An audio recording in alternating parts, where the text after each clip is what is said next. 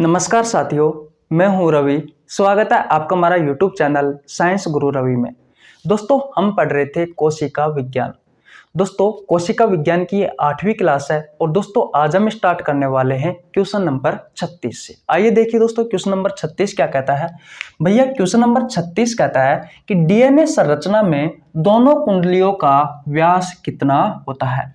Option number ए है 20 angstrom, option number B है 34 angstrom, option number सी है 3.4 एंगस्ट्रॉम, ऑप्शन नंबर डी है दोस्तों कोई नहीं।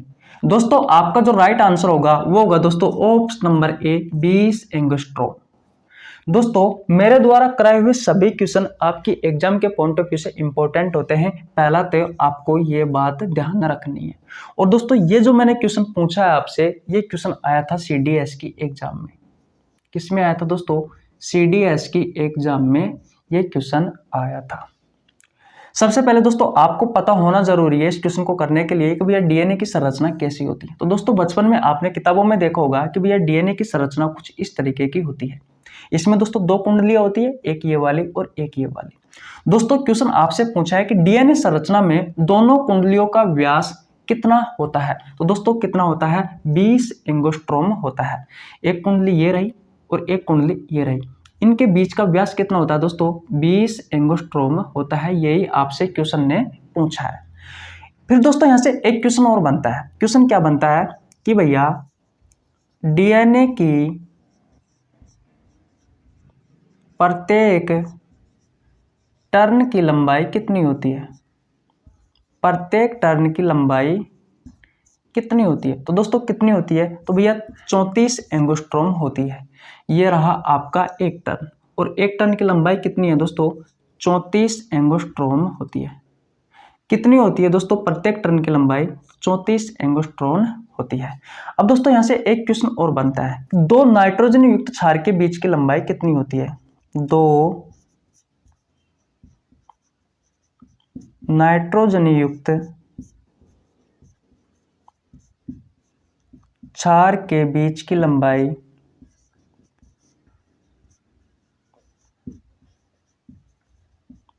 कितनी होती है? तो दोस्तों दो नाइट्रोजन युक्त क्षार के बीच की लंबाई कितनी होती है? तो दोस्तों 3.4 एंगस्ट्रॉम होती है। यानी कि इन दोनों नाइट्रोजन युक्त के बीच की लंबाई कितनी होती है दोस्तों? 3.4 एंगस्ट्रॉम होती है। दोस्तों मैं एक बात बताऊं, जो एक टर्न होता है, इस एक टर्न में दोस्तों 10 नाइट्रोजन युक्त क्षार होते हैं। कितने होते हैं दोस्तों? 10 नाइट्रोजन युक्त क्षार होते हैं।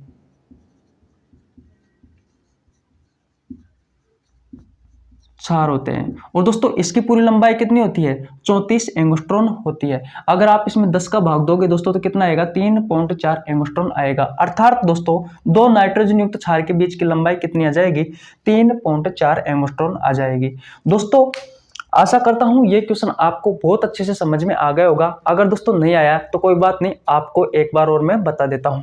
अब दोस्तों गौर से सुनना, डीएनए संरचना में दोनों कुंडलियों का व्यास कितना होता है दोस्तों? तो भैया 20 एंगस्ट्रॉम होता है, जो कि आपको ये दिखाई दे रहा है। दोनों कुंडलियां हैं, दोनों कुंडलियों के बीच का व्यास कितना होता है दोस्तों? 20 एंगस्ट्रॉम होता है। अगला क्वेश्चन है दोस्तों, डीएनए की प्रत्येक टर्न की लंबाई कितनी होती है दोस्तों? तो 34 एंगस्ट्रॉम होती है, जो कि आपको ये दिख रही है।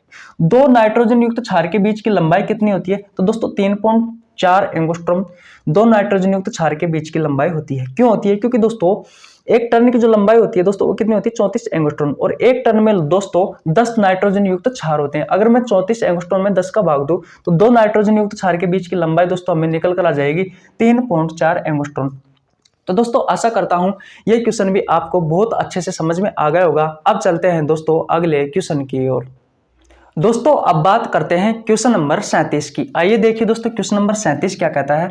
भैया क्वेश्चन नंबर 37 कहता है कि डीएनए की संरचना में कौन से पिरिमिडिन पाए जाते हैं? Option number A cytosine, option number B thymine, option number C uracil, option number D A व बी। तो दोस्तों आपका जो राइट आंसर होगा वो होगा दोस्तों ऑप्शन नंबर डी ए व बी। क्योंकि दोस्तों जो डीएनए की संरचना होती है दोस्तों उसमें साइटोसिन और दोस्तों थाइमिन पिरिमिडिन पाए जाते हैं। सबसे पहले दोस्तों बात ये आती है कि भैया पिरिमिडिन होते क्या है। तो दोस्तों मैं आपको बता दूं, जो डीएनए की संरचना होती है और जो आरएनए की संरचना होती है उसमें दोस्तों नाइट्रोजन युक्त क्षार पाए जाते हैं, जो कि मैंने आपको बता दिया। जैसे कि ये डीएनए है और ये दोस्तों आरएनए है। और दोस्तों ये क्या है, ये एडेनोसिन, थाइमिन, साइटोसिन, गुआनिन, ये क्या है, ये एडेनोसिन, यूरेसिल, साइटोसिन, गुआनिन, ये क्या है दोस्तों, ये दोस्तों नाइट्रोजन युक्त क्षार है। क्या है दोस्तों, ये नाइट्रोजन युक्त क्षार है। ये क्या है दोस्तों, नाइट्रोजन युक्त क्षार है। नाइट्रोजन युक्त क्षार को दोस्तों दो भागों में डिवाइड किया हुआ है। एक तो है दोस्तों प्यूरिन और एक है दोस्तों पिरामिडिन।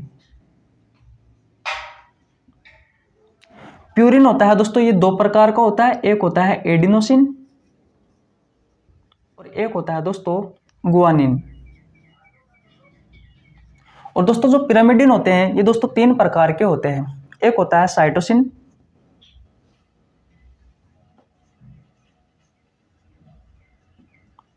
एक होता है थाइमिन और एक होता है दोस्तों यूरेसिल।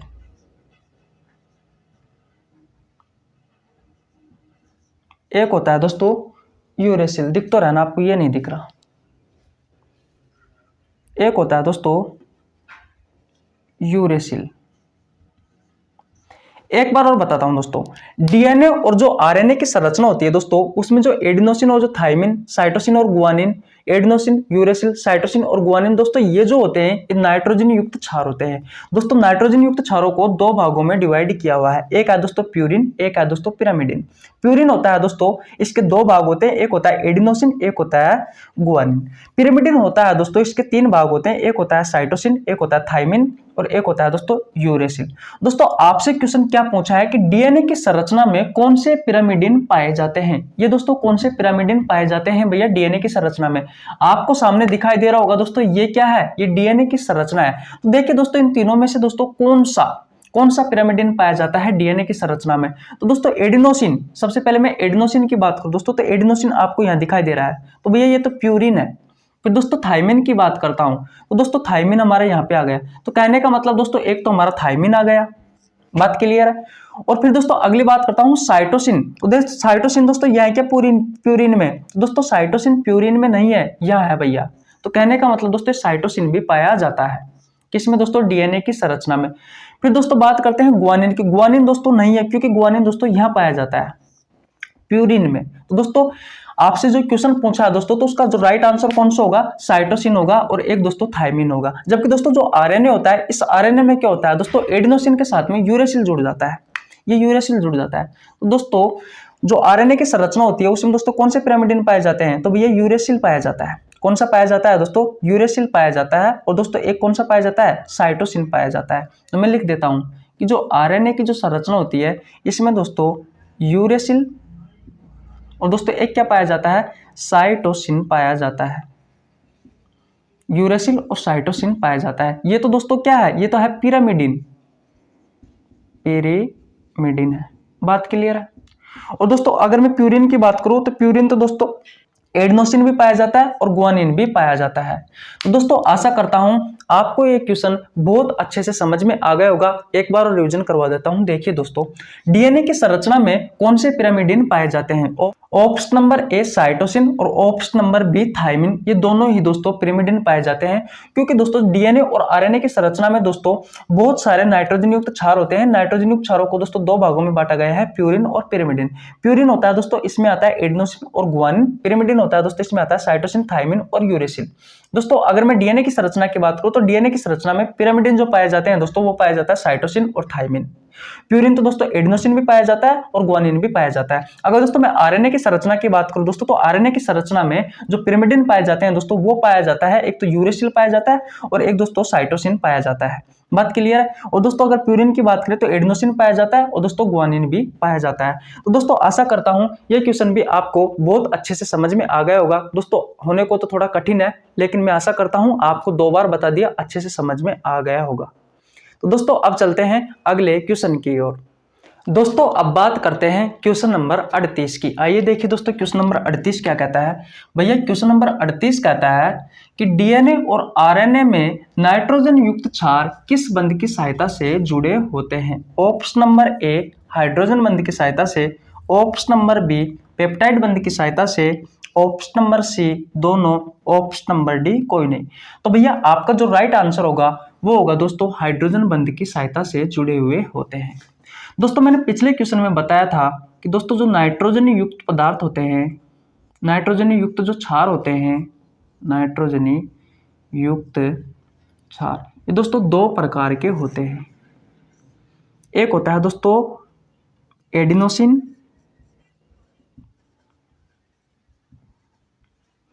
एक होता है दोस्तों गुआनिन। ये तो है दोस्तों प्यूरिन, प्यूरिन प्रकार के नाइट्रोजन युक्त क्षार। और एक आता है दोस्तों पिरिमिडिन। ये दोस्तों कितने प्रकार का होता है? ये 3 प्रकार का होता है और प्यूरिन दोस्तों 2 प्रकार का होता है। ये होते हैं दोस्तों जैसे कि साइटोसिन,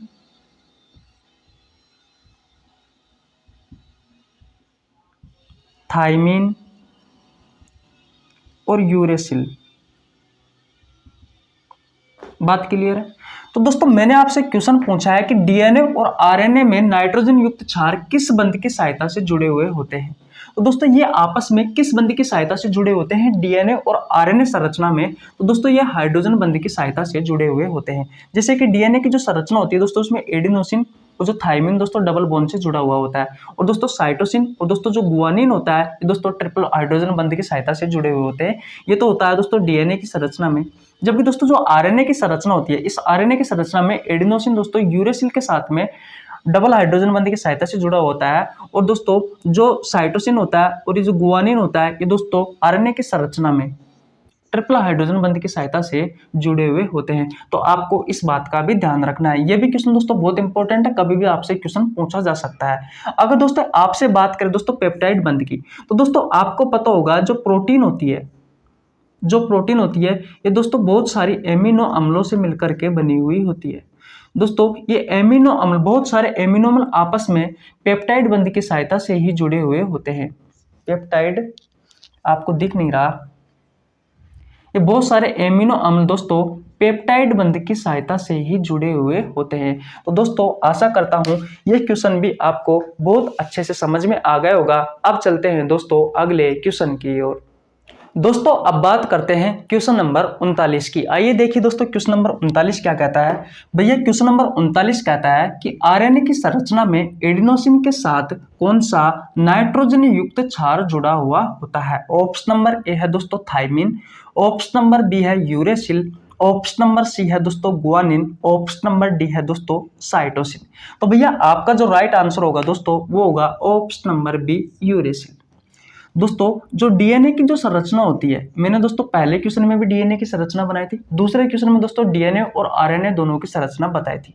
अगर आपने अच्छे से नहीं देखी तो आप पीछे बैक करके दोस्तों क्वेश्चन को देख सकते हो। दोस्तों डीएनए की जो संरचना होती है उसमें दोस्तों 2 नाइट्रोजन युक्त क्षार जैसे कि एडिनोसिन और थाइमिन तो दोस्तों डबल हाइड्रोजन बंध की सहायता से जुड़े हुए होते हैं, और दोस्तों साइटोसिन और दोस्तों जो गुआनिन है वो ट्रिपल हाइड्रोजन बंध की सहायता से जुड़े हुए होते हैं डीएनए में। और दोस्तों आपसे क्वेश्चन पूछा है कि भैया आरएनए में एडिनोसिन के साथ में कौन जुड़ा हुआ होता है। तो दोस्तों आरएनए में एडिनोसिन के साथ में डबल हाइड्रोजन बंध की सहायता से दोस्तों यूरेसिल जुड़ा हुआ होता है। कौन जुड़ा हुआ होता है? यूरेसिल दोस्तों जुड़ा हुआ होता है। और दोस्तों साइटोसिन के स्थान पर साइटोसिन और दोस्तों गुआनिन ट्रिपल हाइड्रोजन बंध की सहायता से जुड़े हुए होते हैं।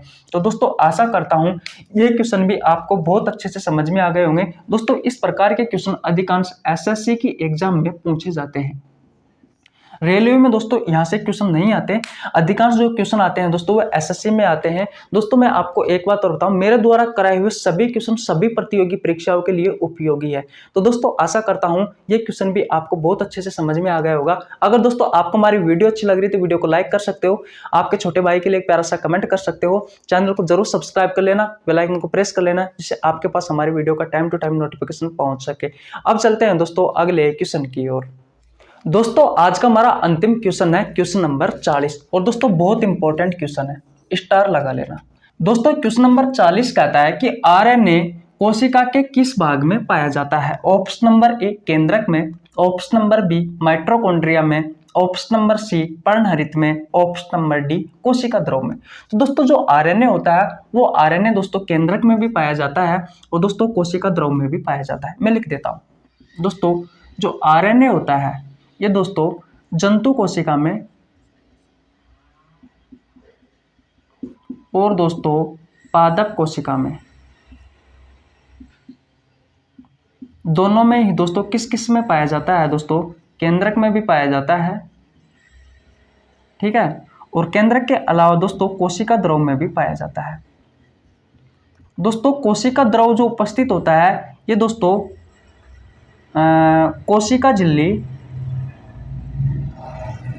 कोशिका झिल्ली वह केंद्रक द्रव के बीच, वह केंद्रक झिल्ली, वह केंद्रक झिल्ली के बीच उपस्थित जो द्रव होता है उस द्रव को दोस्तों क्या कहा जाता है, उस द्रव को दोस्तों कोशिका द्रव कहा जाता है। तो दोस्तों कोशिका द्रव में भी आपका आरएनए उपस्थित होता है और दोस्तों केंद्रक में भी आरएनए उपस्थित होता है। अब दोस्तों बात करते हैं भैया डीएनए की, कि भैया डीएनए किस किस में उपस्थित होता है।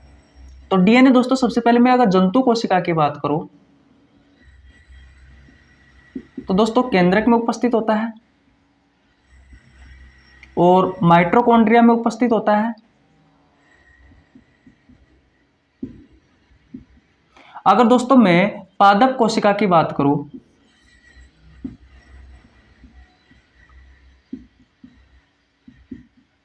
पादप कोशिका में दोस्तों किस किस में उपस्थित होता है, ये केंद्रक में उपस्थित होता है, केंद्रक के अलावा दोस्तों माइटोकॉन्ड्रिया में उपस्थित होता है, माइटोकॉन्ड्रिया में उपस्थित होता है और माइटोकॉन्ड्रिया के अलावा दोस्तों ये पर्णहरित में उपस्थित होता है, पर्णहरित में उपस्थित होता है। तो दोस्तों आशा करता हूं ये क्वेश्चन भी आपको बहुत अच्छे से समझ में आ गया होगा। एक बार और रिवीजन करवा देता हूं। आरएनए दोस्तों जंतु है पादप कोशिका दोनों में दोस्तों केंद्रक और कोशिका द्रव में उपस्थित होता है। कोशिका द्रव क्या होता है, कोशिका झिल्ली और केंद्रक की झिल्ली के बीच में उपस्थित जो द्रव होता है दोस्तों उसे कोशिका द्रव कहा जाता है। डीएनए की बात करूं दोस्तों तो डीएनए जंतु कोशिका में केंद्रक और माइटोकॉन्ड्रिया में उपस्थित होता है और दोस्तों अगर डीएनए पादप कोशिका में बात करूं तो दोस्तों केंद्रक, माइटोकॉन्ड्रिया और पर्णहरित में उपस्थित होता है। तो दोस्तों आशा करता हूं ये क्वेश्चन दोस्तों आपको बहुत अच्छे से समझ में आ गए होंगे। अब दोस्तों बाकी के बचे हुए क्वेश्चन कल की क्लास में करने वाले हैं। दोस्तों अगर आपको हमारी वीडियो अच्छी लगी तो वीडियो को लाइक कर देना, आपके छोटे भाई के लिए एक प्यारा सा कमेंट कर देना। दोस्तों बहुत मेहनत लगती है यार। अगर चैनल पर नया है तो चैनल को सब्सक्राइब कर लेना, बेल आइकन को प्रेस कर लेना जिससे आपके पास हमारी वीडियो का टाइम टू टाइम नोटिफिकेशन पहुंच सके। मिलते हैं नेक्स्ट वीडियो में, तब तक के लिए जय हिंद जय भारत।